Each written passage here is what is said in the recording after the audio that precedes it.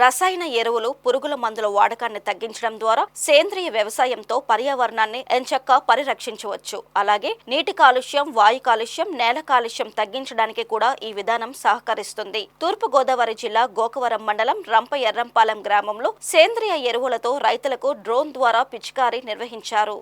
ఈ సందర్భంగా ప్రకృతి వ్యవసాయ సిబ్బంది జార్జల సూర్యకుమారి మాట్లాడుతూ సేంద్రియ వ్యవసాయంపై రైతులకు అవగాహన కల్పిస్తున్నామని తెలిపారు. సేంద్రియ వ్యవసాయంతో రైతులకు లాభదాయకంగా ఉంటుందని అన్నారు. డ్రోన్ పైలట్ శ్రీధర్ మాట్లాడుతూ డ్రోన్ పిచికారీకి మార్కెట్లో మంచి డిమాండ్ ఉందని అన్నారు.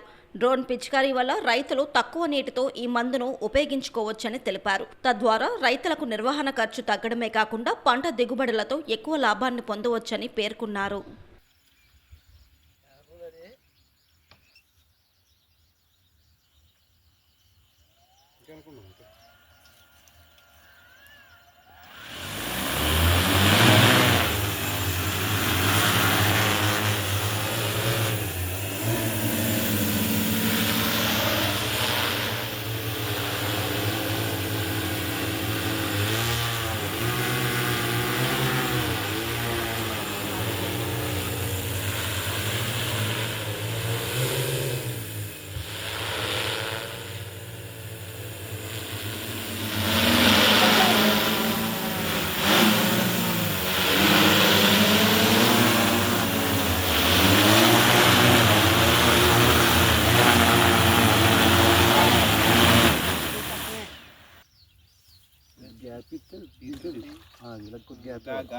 అందరికీ నమస్కారం అండి.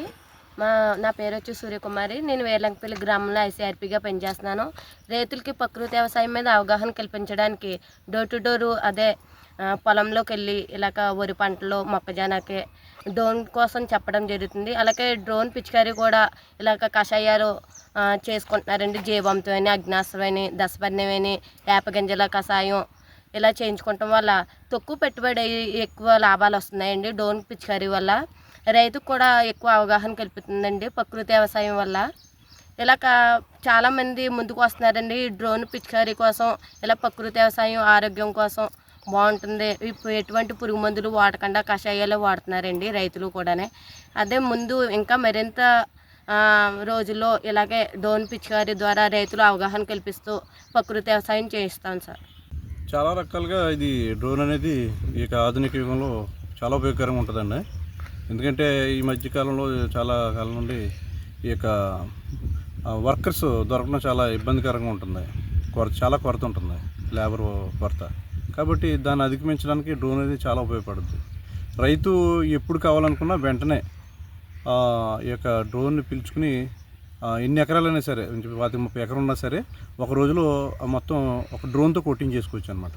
కాబట్టి అటువంటి పరిస్థితులు ఏమవుతుందంటే పురుగు అనేది త్వరగా ఆ పంట నాశనం చేస్తుంది. ఒక్క రోజులో అది ఆ మందు అంతా పిచికారీ చేయాలి. మనుషులు పెట్టుకుంటే చాలామందిని ఒక 5-6 పెట్టుకోవాలి. ఆ పరిస్థితులు ఏంటంటే అయినా సరే అది వెంటనే అవ్వదు. 3 రోజులు 4 రోజులు పట్టేస్తుంది మొత్తం చేను 30 ఎకరాల చేను పిచికారీ చేయాలి. డ్రోన్తో మనం ఒకే రోజులో మొత్తం కంప్లీట్ చేయొచ్చు. సస్యరక్షణ చర్యలు అలాగా ఆ రీతిగా చేపట్టవచ్చు అనమాట. పురుగు కానీ తెగులు కానీ ఏ రకమైన మందైనా వెంటనే మనం కొట్టుకోవచ్చు. అలాగే మందు కూడా ఇక్కడ చాలా ఆదా అవుతుంది రైతుకి. ఇప్పుడు సహజంగా ఏంటంటే మందులు అనేవి పెట్టుబడి చాలా ఎక్కువైపోతుంది రైతుకి.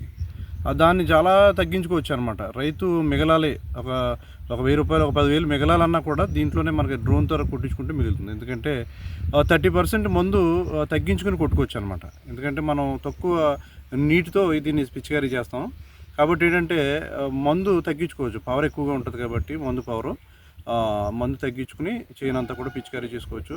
30% మందు ఆదా అవుతుంది అనమాట.